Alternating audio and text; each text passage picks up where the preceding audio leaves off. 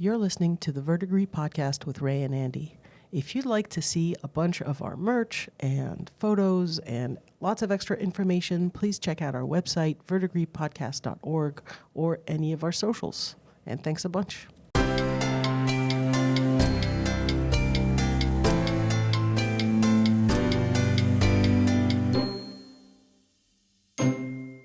Hi, Rae. Hi, Andi. It's summer, and last time we went into the future and the jet age and all things projectile and kind of concrete. And this time I thought maybe we can go back to the very beginnings of architecture. I like that. And our beginnings are also still used today. So it's not just ancient. It's kind of one of the basic elements of how we make space. Exactly. So there's so much to talk about, but basically today we're talking about columns. That's basically it. We're just going to talk about columns. Just columns. That's it. Which are like the basic building block, column of. Yeah, I was trying to avoid that phrase as well. It's the vertical part that holds stuff up, right? Yes. And, it's interesting because, in fact, in playing as a child, mostly I used Lego like many other children. So I ended up not really building with columns all that much until I went to school and learned more about buildings and was like, oh, yeah, no, this is it. This is like the basic item. Yeah, I think I didn't have as many Lego as you did. I had, I had sets, but I had a lot of wooden block sets. Yeah, or Lincoln logs, I guess. Yeah. But again, those are more about dovetails and or right. At least shoulder joints and things like that to hold them together. Then they're horizontally laid and not vertically laid. Right. But once you start learning about the ancients, then it's like all columns all the time. And I know when I teach that stuff, I can see the students just checking out because it's just so much vocabulary. Yeah. But the vocabulary, I think, is really interesting because it reminds me that there's this whole language of buildings that people don't speak anymore, but that was absolutely native for, honestly, millennia, certainly hundreds of years, right? Where people would just look at a column and based on, generally it's classical order, but, all sorts of details, had all these associations with it. I like to compare it a little bit to the language of flowers. Oh, yeah. How people used to understand all these different, all this subtext about flowers and what, different flowers mean. And today we generally don't. Red roses mean love, I guess, still. But everything else, I couldn't really tell you. Yeah. I think that's a good comparison because there was a time when I don't know if everybody saw, columns that way and spoke the language, but I think that there were sort of emotional responses that everybody would have to certain kinds of columns and certain kinds of ornament or lack of ornament or that kind of thing. Like they wouldn't necessarily know all of the terms. And that's what I try to tell students when I'm teaching them this. Like, I want you to know kind of the basics of the terminology, but like every little in and out has its own name in the classical language. And it gets really you guys, it gets really overwhelming really fast. It's just like all of a sudden you realize that literally every single curve, every single little tiny detail has a name. And of course it's mostly in Greek and Latin. And so very quickly you're like, and you check out. And I think that's kind of normal, right? There's some words that I remember just because, for one, it's kind of our job. We kind of have to know these words. But also, I think some of them are more memorable than others. Some of them stand out more than others. Some of them are intuitive, right? Like like you say them and they like make volute. Sense. Yes, exactly. Yeah. So, dear listeners, you might not know a whole lot about the classical orders, and we're going to try really hard today to convince you that this stuff, number one, is relevant today. Like, it's still relevant today. Number two, once you understand how these columns were meant to look when they were designed, that you will understand more about like the development of buildings and how they're all within this continuum, right? Here, I'm going to use another metaphor. And you can tell me if you think I'm full of it, okay? Oh, okay. Oh, that sounds fun. Challenge accepted. Okay, so the way I feel about the classical orders, I don't love classical architecture, as you well know, right? I do know this, yes. I am very much into the weird, the rough, the different, especially brutalism, especially futurism, deconstructivism, all these weird, like, mostly 20th century architectural movements that I think are more expressive and more interesting. But the classical orders, to me, are absolutely crucial in understanding those developments because everything springs out from the classical orders. So the way I feel about it, being a nerd, is the classical orders to me are a lot like Lord of the Rings. Whether or not you like Tolkien, and I do like Tolkien. I mean, there's like no women in there. There's like 2 women in the whole, it's just fine. But whether or not you like Tolkien, it doesn't matter because what is an elf? What is a dwarf? What is a dragon? What is, the hero's journey? What is all this stuff? And it all comes in fantasy, all of it, and science fiction for that matter. It all like boils down to, okay, you got to go back to Lord of the Rings, and then everything else kind of develops from there. So whether you like it or not, it kind of doesn't matter. What matters is that you're aware of it so that you can say, hey, if you decide that female dwarves don't have beards, then you're rebelling against this original, vision of what dwarves are.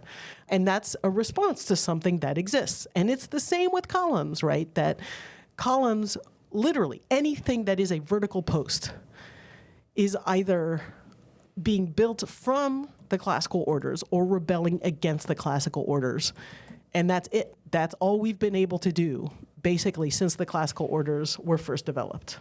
Okay, dear listeners, I was restraining myself the entire time. She is literally sitting on her hands. I'm not even exaggerating. I did not expect that was where you were going. Okay. I love it. I love that very personal view of sort of the original text. And I mean, I can think of lots of other ways to think about it, but essentially, like, classical architecture is the kind of graph paper on which we draw now. That's how I think about it, right? Like everything is either a replication, a reaction to, a reanimation, a rethinking of it, because really, honestly, columns, when we were talking about columns, I didn't even think we were only going to talk about classical columns, because to me, columns are... We're not. I don't think we are. Yeah, I mean, it's a structural element, right? Right. And so, it's a vertical thing that holds up something so that you can go inside of it, right? Like, that's what a column is. And, I love that how personal, and yeah, I think that's awesome. And I will say that is the whole reason that I really like postmodernism, which I know you don't. And I don't love it, but I really respect it because that's exactly what they're doing. They're like, we are intentionally making reference to something that you have seen before, and we're playing with it. And we're playing with it in ways that hopefully you didn't predict, right? We're really poking fun and also not at the same time. Well, and this is also why I think postmodernism is one of those styles that, I mean, you need to be very knowledgeable about architecture in order to get it. Yeah. Like, you're not going to get the joke without the context. Right. I think that's partially why I particularly did not like postmodernism when I was younger, because it's so ironic and so a little bit full of itself, let's be honest, right? Like, because again, you need that knowledge in order to really understand what's happening. And in fact, I didn't really do research for this episode, you guys. Like, this is literally the very basics of what we do.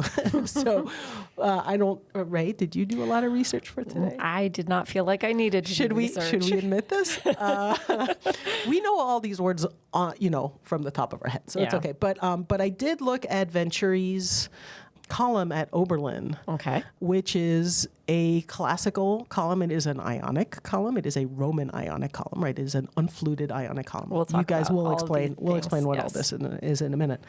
And I burst out laughing because I had never seen it before, and now I am in fact that pompous person who knows a lot about architecture. And I was like, wow, okay, you're just going. It is both a very erudite symbol, but also, honestly, the most childish humor, because it really emphasizes the physical elements of the column in a way that you're just like, okay, guys. Which is, see, I love that. And I think what I like about postmodernism is maybe because I'm like a younger sibling, right? Like, I like the fact that they just assume that you know the background information, and that if you don't, you'll look it up. Like, you know, I don't think they're sort of saying like you have to know architecture in order to understand it. They're just like, look, we're talking in architecture. If you don't get it, look it up. You can be in on the joke too. Like, I don't feel like it's exclusive. And I do feel like if you could make juvenile humor in architecture, that's definitely postmodernism. It's like, Absolutely. Well, and columns are, let's be honest, a little bit that all the time. So let's talk about what makes a column a column. How about we start with that? Yeah, I think that's good. So as you said, the column is the most basic architectural form. It is a vertical post that holds up a roof, and that's basically what you need for a building. Those are the very, very, very basics of a building. And considering the classical orders, which come from Greece originally, Greece does not get super duper cold. It mostly just needs protection from the sun. So their temples, all of their buildings that really were meant to last, were built mainly with columns and a roof. And that's kind of it. I mean, some of them have interior walls, but they're completely detached from the columns. This is really important. This is going to come back. So everybody, listeners, this is important. You don't need a wall if you have columns. At least not in theory.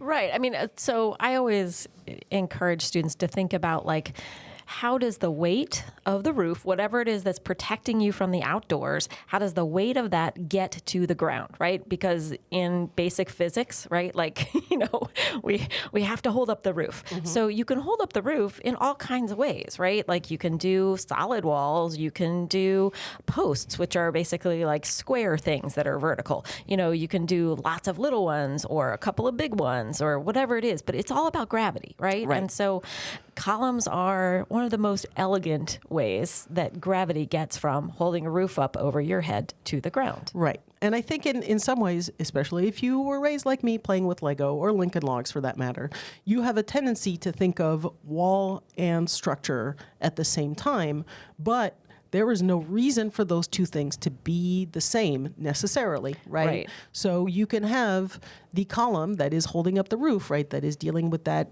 gravity, with that weight. And then you can have the insulative properties of the wall totally separate, right? So for instance, you can fill those voids with the funniest of all fills, wattle and daub, right? Which is literally garbage and clay. Yeah, I mean, Refuse and clay. I mean, you know, it's sticks and clay, but wattle and daub sounds funnier. Or rocks or bricks or tent material or newspaper you know, like literally anything, right? So it doesn't have to be bricks, it doesn't have to be logs, it can be all sorts of different things. And once you have columns, again, you can have walls, but depending on your needs, you might not need walls. Walls might not be something that is actually advantageous. If it's very hot, for instance, you might want some cross breezes. Their point is to, you know, as you said, hold up the roof and make it seem safe. Would you agree? Yeah. And I would also say, you know, so going back to kids and you know, how we built, like I said, I used wooden blocks. So, you know, we always had the long ones. So you turn them sideways and then they become columns. And I think I quickly realized that when you're like, we can build really solid buildings, right? By having 4 walls and a roof, but you can't get in or out. Right. right? Like That's called a tube. fundamentally, you need at least one hole in one of those walls, Yeah, right? exactly. And then probably a couple because you'd like to have some ventilation and some light. So once you realize, like, I want to punch holes in these solid kind of planes, well, then you start to think, oh, right, well, I can use columns to do that because you can walk between columns and light can come between columns. And so I think it's just one of those kind of fundamental ways of building something. You can hold it up in a couple of points. Sort of, in a way, it's like more about what's the least amount of solid stuff that you need to hold up the roof that you have. Absolutely. So that brings us to the first of the classical orders, which is called the Doric order. And I was always fascinated by the Doric order because it is very plain. So, okay, you know what? Before we talk about the orders, I think we need to break it down a little bit first. Yeah, I was going to say bad. we need to talk about... My bad. Again, you'd think we would know how to do this, but it's the morning and I've only had some coffee. All right, so there are 3 parts to a column. Why don't we start with that? Yes, yeah, absolutely. There are 3 parts to a column. It's called the tripartite division, 3-part division, right? And it is the base, the shaft, and the capital. The base is kind of optional, and those are going to vary depending on the classical orders. You don't theoretically need a base, and in fact, some people are going to really, really hate bases. The shaft is, I would argue, the most important part because it's the part that actually holds up. That's that vertical part that holds up the roof. So basically, it's the pole that holds up the roof. And then the capital is the decorative bit at the top. That also spreads the weight a little bit. That spreads the weight, exactly. So it becomes decorative, but if you look at different cultures, so stepping away from the classical orders for a minute, most cultures have some kind of spread like that at the top of the column because it's important, as you said, to distribute the weight. So if you look at, for instance, the posts on adobe construction in the southwest of the United States, it's made of wood, but same thing. At the top, it's going to flare out so that it helps with that structural element so that you don't get cracking. Yep. Yeah. I mean, it's all about this balance between what your physical materials can do for you and what you physically want them to do, right? It's that push and pull. So, and columns, if you think about it, they're concentrating a lot of force, a lot of weight. And so you have to kind of balance that. So you have the flared capital, and then that's where the base comes in, because sometimes the base is flared as well. So it kind of distributes it at least a little bit wider. Right. And coming back to the classical orders, in the Doric order, you did not need that flare at the bottom because the Doric order is a short, stubby order, which makes sense because it's the first one, right? It's the oldest one. It comes from the Greek, and it is limited by the technology that the Greeks had at the time period, which meant that they were not sure whether if you had a very thin column, whether it would hold up the roof of the temples. So in order to make sure that it holds the roof, you're going to make your column really girthy and kind of short, kind of stubby. And if that's the case, it actually is relatively flared at the bottom already, so you don't need a base. So it just sits right on top of the plinth, and there's no base at all. And the Greek used fluting. So do you want to explain fluting, or should I explain fluting? Yeah, I'll give it a shot, and you jump in if I'm not doing a good job. So fluting is basically when you look at a column in space and it looks like it's got vertical stripes on it. Right. That's what fluting is. And what it really is when you get up close to it is actually this concave kind of space in between either very wide or very thin kinds of lines, right? So it makes this really great play of light and shadow. And they feel really cool when you touch them, right? Because they're smooth on the inside. But from far away, they just look like vertical stripes. Right. And again, the Greeks had lots and lots of different words for these because over time, the fluting is going to change. Yeah. So originally, the fluting is going to come to a very sharp point in the Doric order. That's called the aorist. You don't need to remember this word. As I said, there's so many words. I was going to say, we'll try to stick to just the words that are important. Just the words that are important. But later on, the fluting is going to become more flat in the front. And it's going to really emphasize, again, that verticality of the column, which brings us to the the second thing really that the column does, right? So the first thing that the column does is this purely structural, hold the roof up, take that gravity and make sure that weight is distributed properly and, comes down to the ground and doesn't crack the roof, etc. But the second issue with columns is that from day one, they were ultra symbolic. Like nobody ever, even in the Greek times, it's not like they were just like, this is just holding up the roof. It's fine. It's just a structural element. Not at all. You look at the writings of architects and philosophers and all this stuff from the very ancient times, and immediately they're going to tell you, no, you have to build this way because this is the correct symbolic way to build. And the Doric order in particular was meant to be, quote, masculine, right? And this is in contrast to a later order called the Corinthian order, which was, quote, feminine.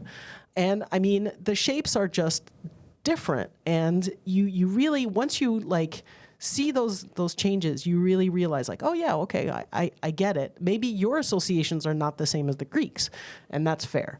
But their associations were extremely strong from day one, and those symbolic meanings are going to come back around over and over and over again, especially, of course, during the Renaissance, and then again in the 19th and 20th centuries, when people are going to just play with these different items and decide, well, I think the symbolism is silly, and then, move it in the other direction. Yeah, and I think some of the symbolism of these columns comes from the fact that the Doric order actually is when they're first starting to experiment with a much more permanent material. So the earliest temples we know were made out of wood. And these columns that we're talking about are made out of stone, importantly, right? So I feel like, of course, once you're moving on to stone, it's going to stick around a while. So it's more than just a structural element, right? It's going to have that symbolism because you're spending all this time and energy and everything else, and you want it to last. So I think that that's really part of this whole idea of transition between it's functional to it really has this long-standing kind of idea behind it, and that people intuit it. Exactly. And so the Doric order, the capital is very plain. It's just basically horizontal lines. There's no big detail there. The big thing that sets the Doric order apart, the fact that, number one, it doesn't have a base, right? So in the tripartite division, it only has two parts. But the other part is that, again, it is a short, stubby column.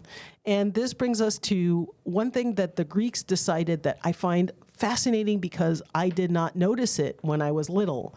And it's only much later than I was like, oh man, the math involved in this must have been just so intense. Columns are not really vertical posts. Right. They're just not. Number one, they're not really symmetrical in the sense that the posts on the outer edges of a temple are shaped slightly differently. They lean inward, which is this is true of the lean inward and also of the bulge in the middle of the column, which is called the entasis.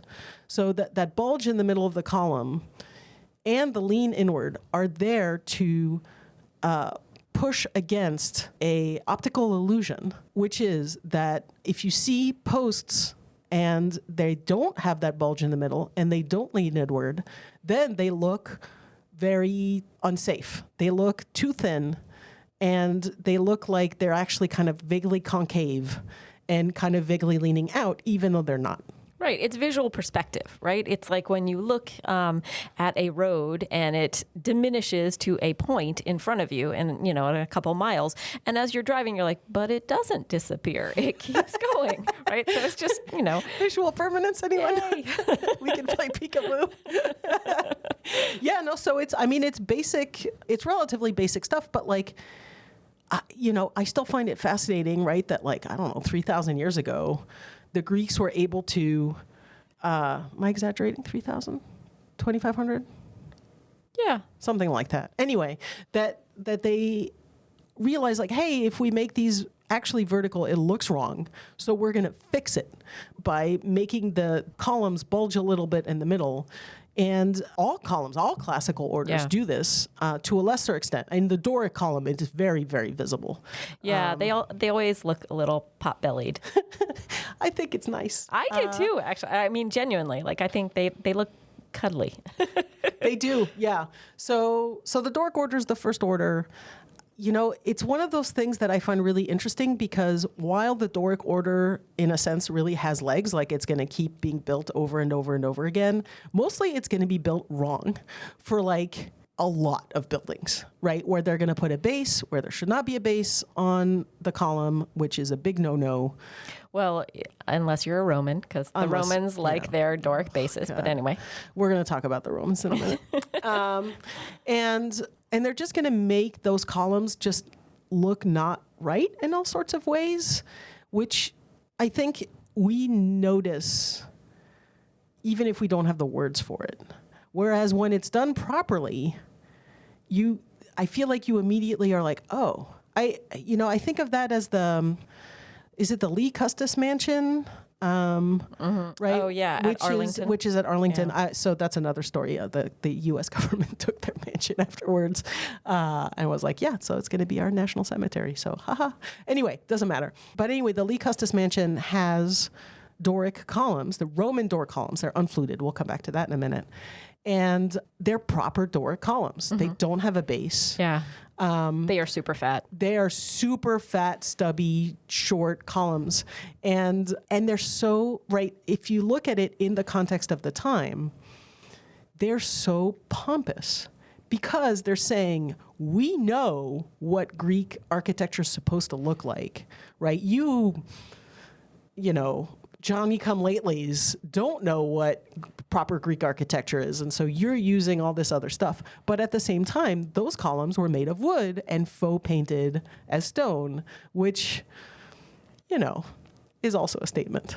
Yeah, so I kind of getting back to your idea of like, even if you don't have the vocabulary, you know when they look right or they don't. Mm-hmm. I think this gets into kind of deep architectural theory that's been going on also since the Greek and Roman times, right? This idea that is beauty a quality that is objectively obtained, or is it, as we like to say, in the eye of the beholder?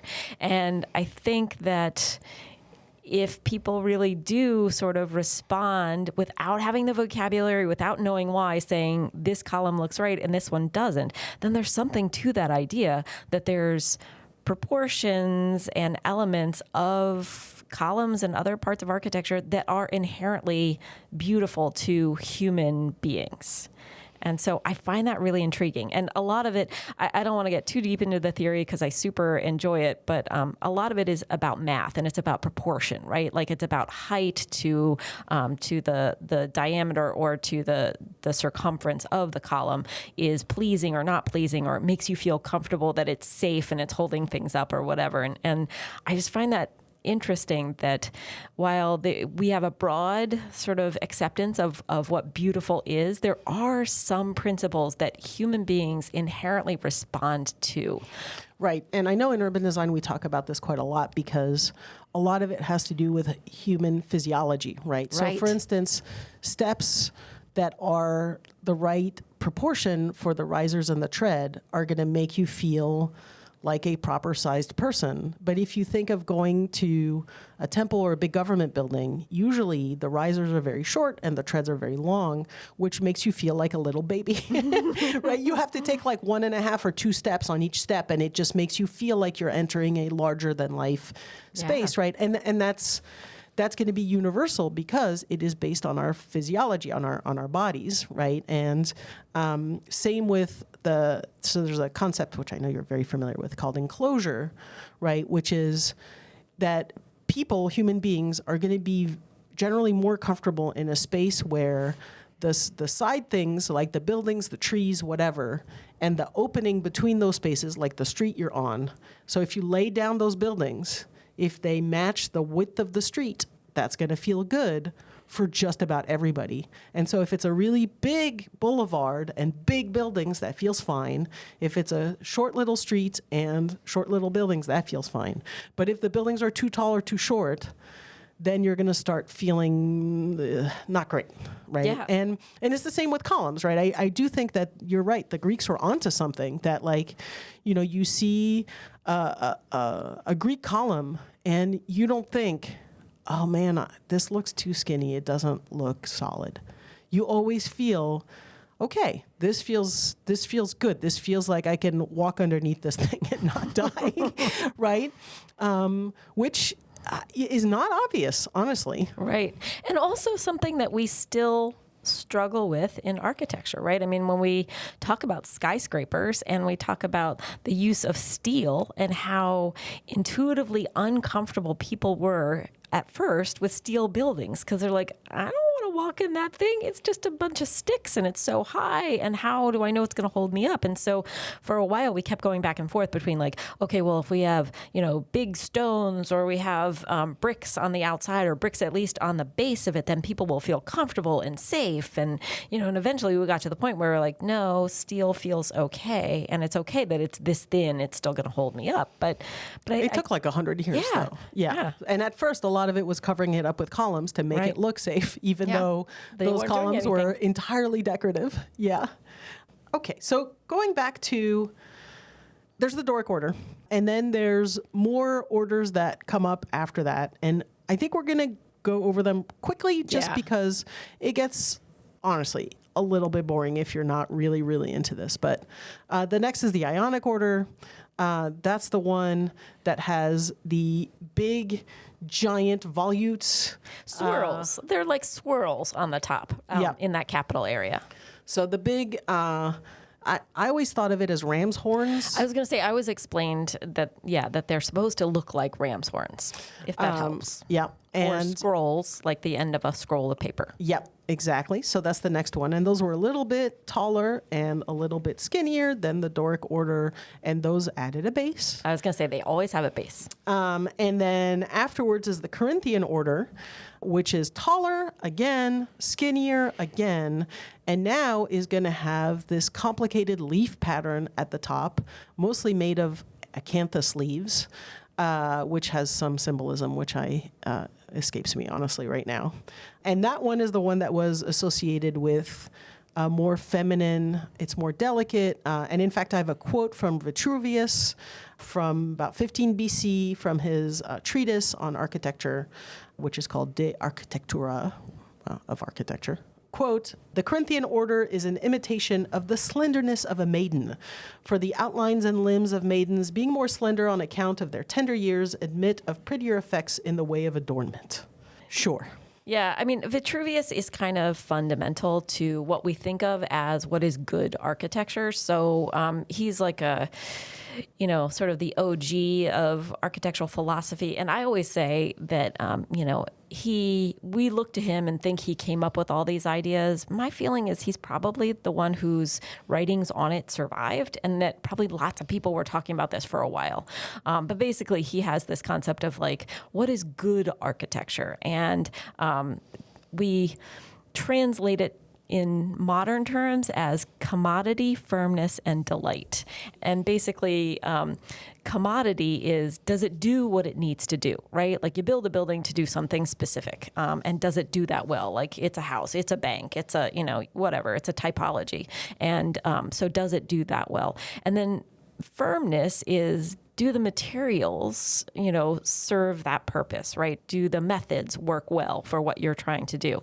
Delight is self-explanatory, right? That's the pretty part. And I think that's what most people think architecture is it's all about delight, but it's really all three of those things. And so I think him talking about columns and these sort of, feminine kind of terms is all about this idea of the balance, right? Like, does this delicate, sort of elegant, very thin column actually do what it needs to do physically as well as visually? Yeah, and I mean, I don't think we can overstate the importance of Vitruvius. I agree with you. I think it's just that his writings survive while others don't. But if any of you, to go back to Lego and childhood again, but if any of you watched the first Lego movie, the master builder was named Vitruvius. Oh my gosh. Which is not an accident, right? Like I immediately went, and no one else in the movie theater cared. And is voiced by Morgan Freeman. And when someone is voiced by Morgan Freeman, I mean, that's literally the voice of God. So really, really important. Fair. And the firmness, commodity, delight. I mean, again, I'm trying not to like overstate things, but I feel like if you can understand how a building does that, then you're like halfway there with architecture. I mean, it is literally the basis of good architecture for me to this day. And different groups over different time periods have overemphasized one thing over another thing, or said, this predates that, or this is the result of that, or blah, blah, blah. But like fundamentally, it does all three or it doesn't. And if it does, it's a good building. And if it doesn't, it's not. I think that's... Yeah. And yeah. I think that kind of gets to one of the fundamental principles I know we talk about a lot on this podcast, is this idea of adaptive reuse, of taking something old and making it something new. And you have to be very careful in that balance of commodity, firmness, and delight, because it might be really well suited to one thing, and to transform it into something else, you have to rethink the entire building. And sometimes we do that very well. I will say adaptive reuse sometimes is wonderful. And sometimes you're like, yeah, this was not a good idea. There are things that are inappropriate. This will be the topic of a later podcast for sure. So Corinthian column, skinny and tall and with lots of leaves and stuff at the top. And then there's the composite column, which is not that interesting. It's just the Ionic and the Corinthian together. But then we get to the Romans, of whom Vitruvius is one, of course. And the Romans do lots of different things with columns. One thing is that we associate unfluted columns with the Romans. So the Greeks didn't do that. Only the Romans did. Although the Romans also built with fluted columns, so it gets kind of confusing. But the thing that's more interesting to me about that time period is the ways in which the rules of columns start to break down. And in some ways, it leads to some really cool stuff, and in some ways, it leads to some problematic stuff, namely the pilaster and the engaged column. Oh, no. Do you have problems with pilasters and engaged columns? This is something new to me. I didn't know. No. I don't have a problem with them, but I think that historically, lots of people have had problems with them. Okay. And I will admit, they do. They have the same problem as the base on a column, which is you're putting shoes over your shoes, right? You're doubling up here in a way that is unnecessary, right? So a column is a structural member that holds up the roof, right? Yeah. You don't need a column on a wall. Right. By definition, the wall then holds up the roof. The column is no longer necessary. So an engaged column, dear listeners, is imagine there's a column and then you kind of half put it into a wall. So only like one half of the column emerges from the wall, and that's called an engaged column. A pilaster is a rectangular column-like post that extends from the wall, right? So if it's semicircular, it's called an engaged column. If it's kind of rectangular, it's called a pilaster. And the Romans do this, the Greeks don't.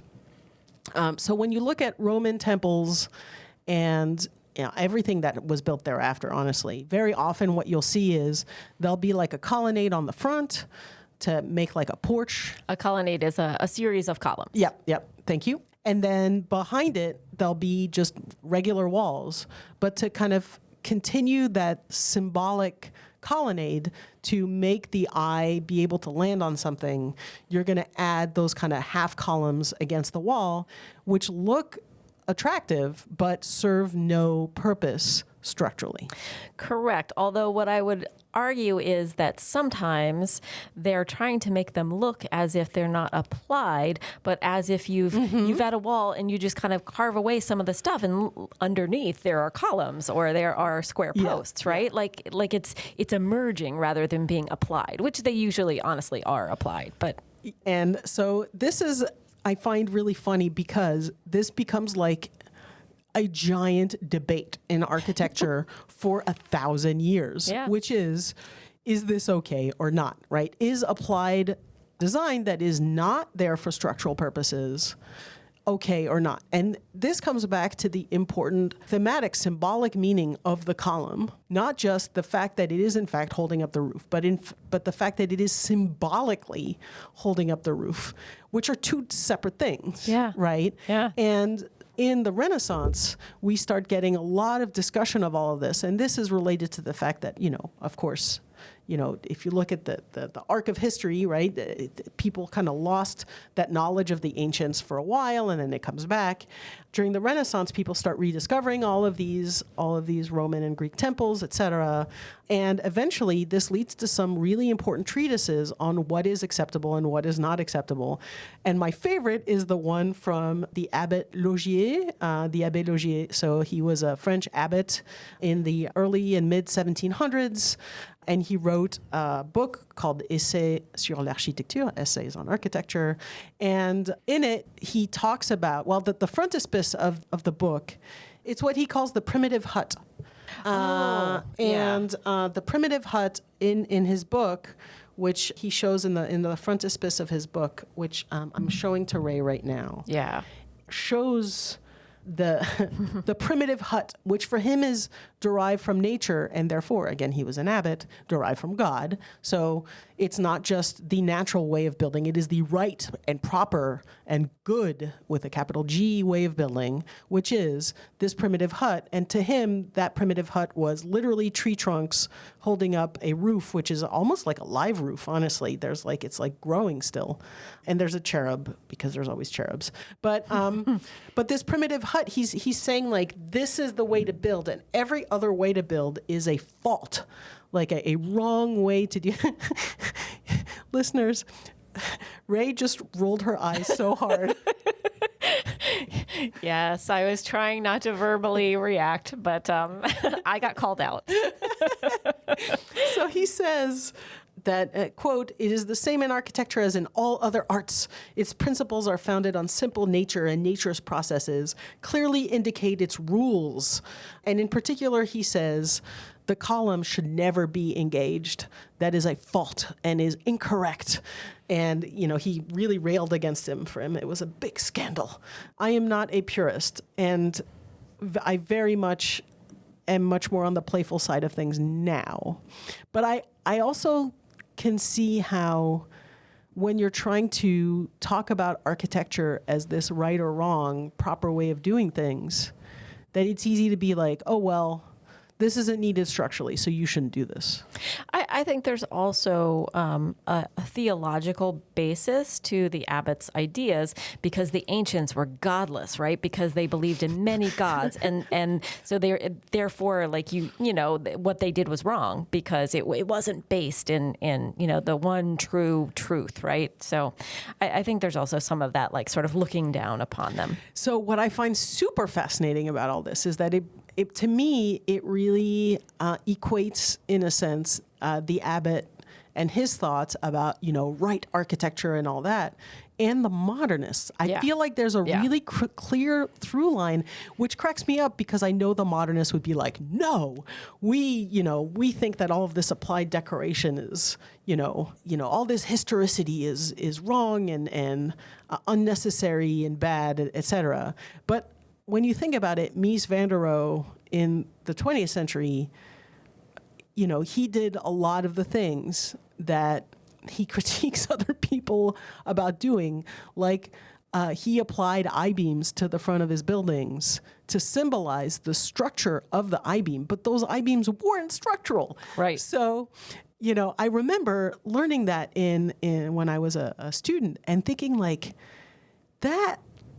Like, I lost so much respect for him at that point, right? Because I'm like, if you're talking about the absence of decorative elements on your building and how you're really, form follows function and all that stuff, and then you apply an I-beam for no particular reason other than it looks I-beam-ish, it's like you just lost your high horse, right? You just fell right down.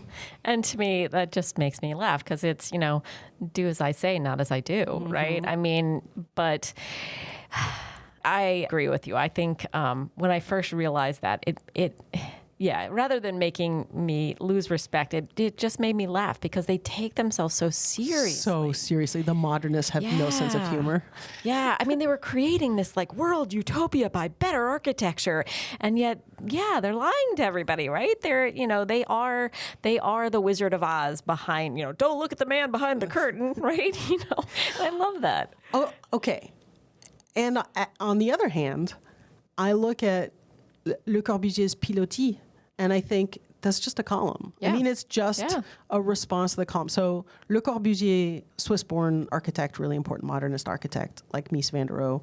But he used these posts that he called pilotis, and he pulled them back from the facade so that there was a cantilever on the facade. And he made them purposely feel very skinny and kind of de-emphasize them, right? There's no capital, there's no base, it's just a vertical post. Like there's nothing else.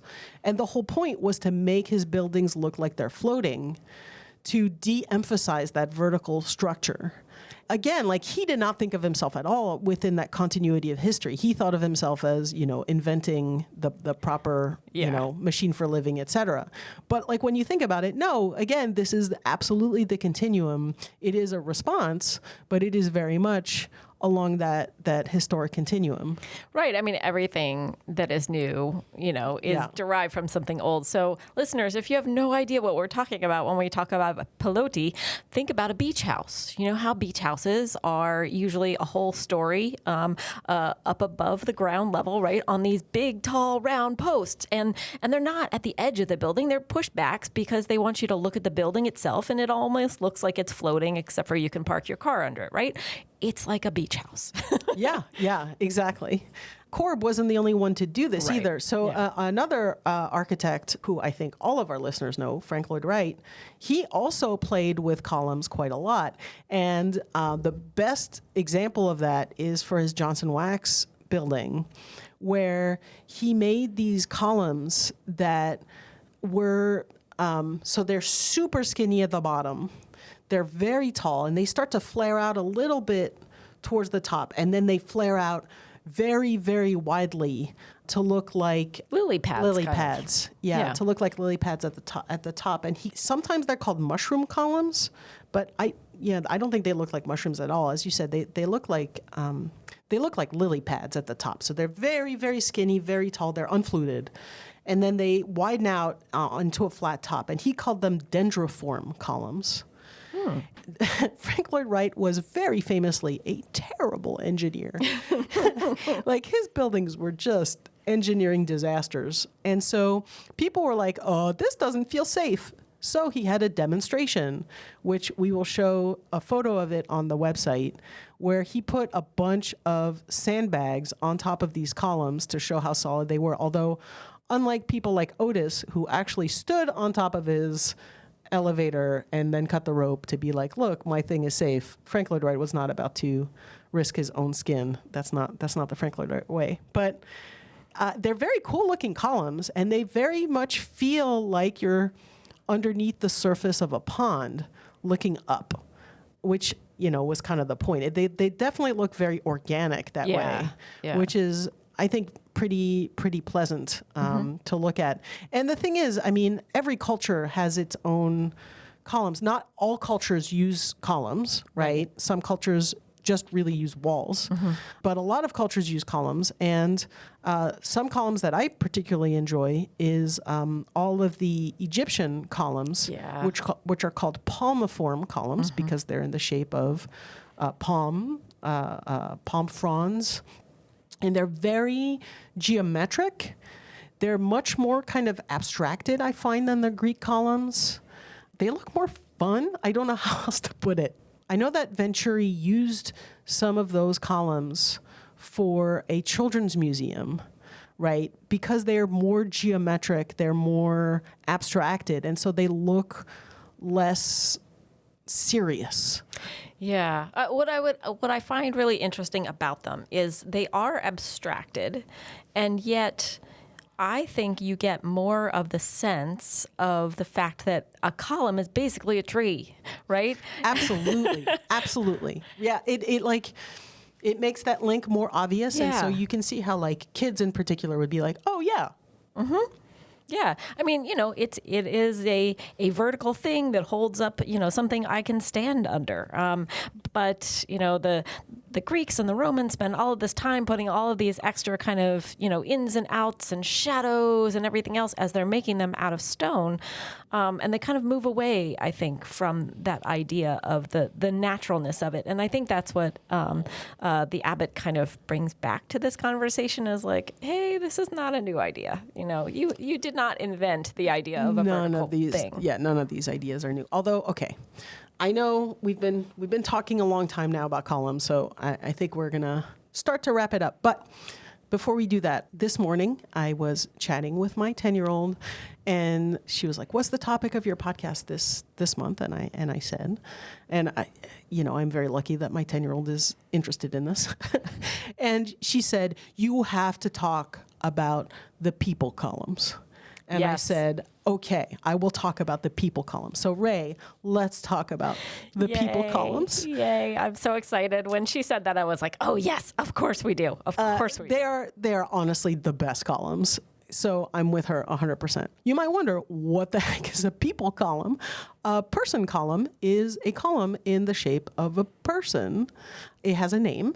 It's called a caryatid, although technically the word caryatid, which comes from the Greek, of course, is only for female-shaped columns. If they're male-shaped columns, technically they're called atlantes or telamons. Or even also called atlases. Right, because they're holding up the world. Yeah. It's kind of, I like the word caryatid better anyway. Yeah. And traditionally it leans more female. This was very common from the ancient times, and it makes sense because people are kind of vaguely vertical, right? And if you want to decorate a column, and if you want a column to be a little bit girthier in the middle, most people are just that way. It's very easy to make columns that way. And this definitely adds to the symbolism of the column quite a lot. And so we see a lot of caryatids in the wild, again, from the ancient times. Very often they are allegories for something. So if you go, for instance, the Opera House in Paris, and you enter into the main hall, there are two giant caryatids. They are way, way more than human scale. Like, each foot is like a meter. They're just enormous. And one of them represents dance, and one of them represents music, I believe.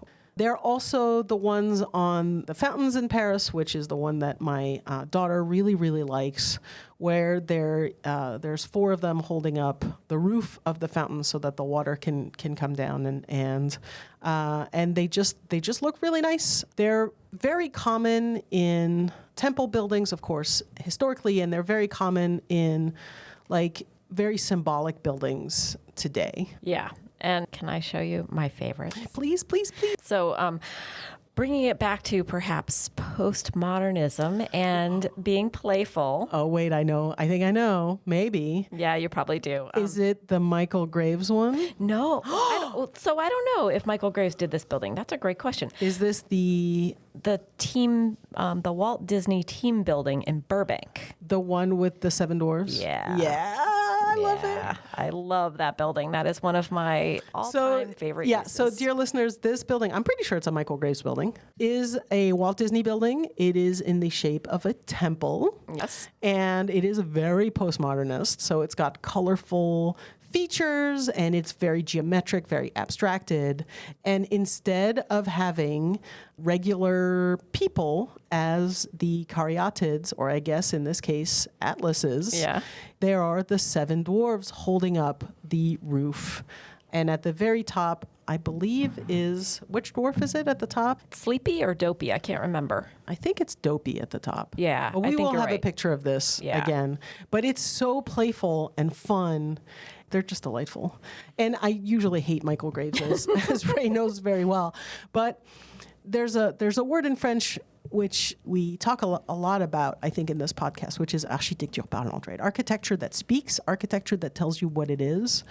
And historically, columns have done that, right? Historically, by looking at the type of column, the classical order on a building, your average knowledgeable person would have known, hey, this column means this is a masculine coded building. This column means this is a delicate, more artistically coded building.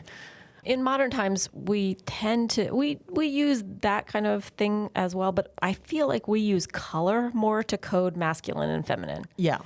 But classically, this would have been language that people would have been able to read on the surface of the building, even if they were illiterate, right? Which made these columns really important symbolically, and which is why, to this day, what's a temple front? A temple front is a bunch of columns, That's what it is. An impediment. Okay. It's the same with these caryatids, right? Is that they are telling you very clearly what the building is. And in the case of this Disney building, it's telling you this in a way that is playful, but absolutely grounded in history, which is neat.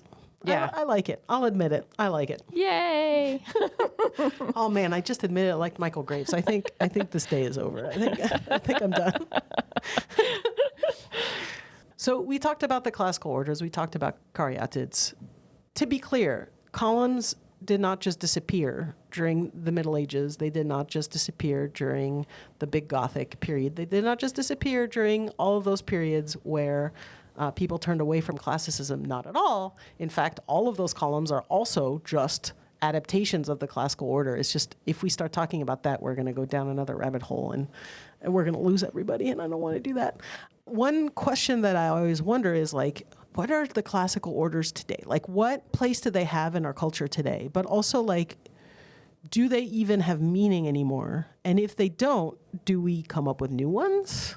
I think they still do.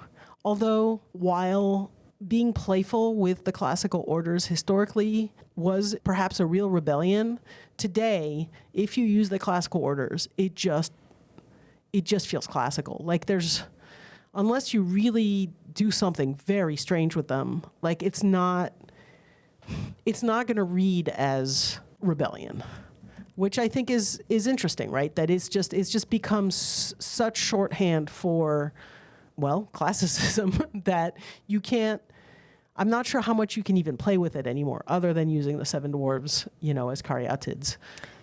Yeah, I would. So here's what I think about it. I think that in our time, things that look like classical columns, and I will say that very specifically because a lot of times we're not using them structurally, right? They're not structural columns. They're, stone or something on top of steel. But the things that we use as columns are intentional markers of importance or solidity or institutionalism, right? And so we put them on things like banks or on libraries very intentionally. And sometimes they have kind of all of the classical ornament, and sometimes it's really just the form of it. And I will say that because here on campus, dear listeners, you may know this, on our university campus, we're building a brand new theater complex. And the theater, there's been a big debate because the theater is pretty modern looking for our fairly classically based campus. And one of the things that we've been discussing is this idea that while the front of the building is really, it's lots of glass. It has this, kind of very thin kind of metal columns, posts. When you look at it, they are pretty classical in kind of their function and their proportion and their rhythm. It's a colonnade. It is. And so, and it's, the whole purpose of it is to create that temple-like form as you enter into this, this sacred space of being able to see live performance and that kind of thing. So I feel like we still use columns, and we have to. And one of the big things people kept saying when they first saw it is, well, there's no columns on it. How do we know it's not really part of the university? And then once they started to understand, it's just a new interpretation of that it was okay. It was like, well, now the building has enough importance and presence because it has a colonnade. So I feel like we keep using this idea for things in the modern times. And sometimes we abstract it so much because people do know that language that they're like, it's not enough. Right. You don't need to necessarily draw every connecting line anymore. Yeah. I definitely think that once you start looking at the world and again, zooming it out, you start to see those links to the original designs, right? So coming back to my metaphor at the beginning, right, of saying, you can't understand fantasy literature without, reading Tolkien.